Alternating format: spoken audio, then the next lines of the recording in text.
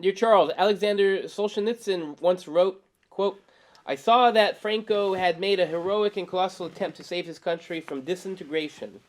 With this understanding there also came amazement. There had been destruction all around, but with firm tactics Franco had managed to save Spain, to have Spain sidestep the Second World War without involving itself, and for 20, 30, 35 years had kept Spain Christian against all history's laws of decline. Figures such as Henry Sire, Bishop Williamson, and John Rao seem to corroborate this idea of there being historical laws of the decline of Catholic civilization.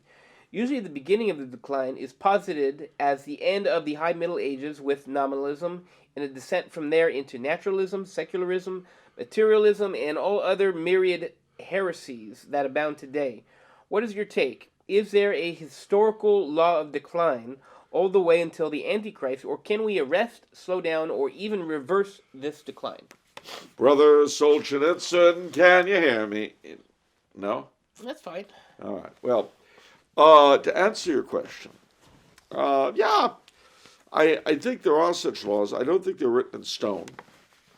I think that there's simply what happens as we follow the path of least resistance. As you put it, we were discussing other things earlier, the river going downhill. Yeah, it's easy to just... Easy. From time to time, however, people do stand against it.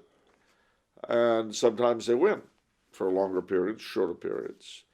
King Arthur, Charlemagne, Franco, Salazar,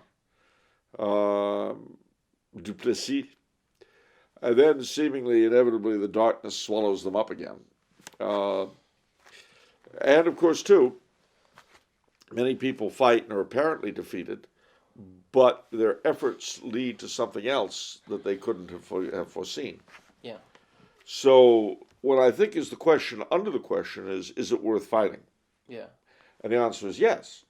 It just, don't be surprised if you don't get what you think you're fighting for. You get something. And you may not see that something, but it's worth fighting. I was reading some of Belloc last night, incidentally. I was reading Survivals and New Arrivals. Yeah.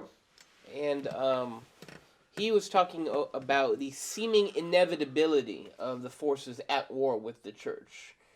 But he cites how, you go through stages of that. Yeah. Like, everyone thought this was going to rule, but then it went out. It went out. And the fact is that most of the church's opponents have sooner or later themselves been destroyed. Yeah. And the church has moved on to the next catastrophe. Yeah. So fight as hard as you can with whatever you have. That's all any of us can do. And pray hard. Okay. It's funny how that's like the question and what we're talking about is like the actual opposite of Desjardins. How everything is approaching perfection and being uniting. It's funny how that works out. Actually, it looks like kind of the opposite of what you say. Things are going downhill, not up. Well, I mean, that's the whole problem with evolution, is the notion that things are getting better and better. I remember when I was being taught about evolution in Catholic school, and Sister was going about how the Cro-Magnon man was taller than we are, stronger than we are, had a bigger brain case, was probably smarter than we are, lived longer than we are. And she's going on, I said, that doesn't sound like evolution. It sounds like devolution. Yeah. We've devolved from that. Yeah. If we're stupider than he was, weaker than he was, we don't live as long as he does. We didn't evolve. We decayed. Well, yeah. And now there's the argument that DNA as a whole is slowly decaying. I don't know how true that is, but it's something I've heard. Well, I mean, it's also too. I mean, with human beings, it kind of showcases us an idiocracy in parts. But the mega smart intellectual people are not reproducing. It's the dumb, poor, crazy people who are reproducing. So how in the hell is that evolution? President Camacho. Exactly. So. How is that citing? How is that? Oh yeah, this is evolution in action. How is that possible? Well, I mean, mutatis mutandis. You look at our own system just in the States. In the 250 years or so we've been around as an independent nation. You look at the quality of statesmen in every generation, and so it's a long decline. Yeah.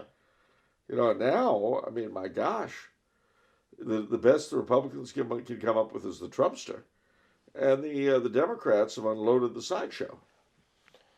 So the bearded lady, the geek, the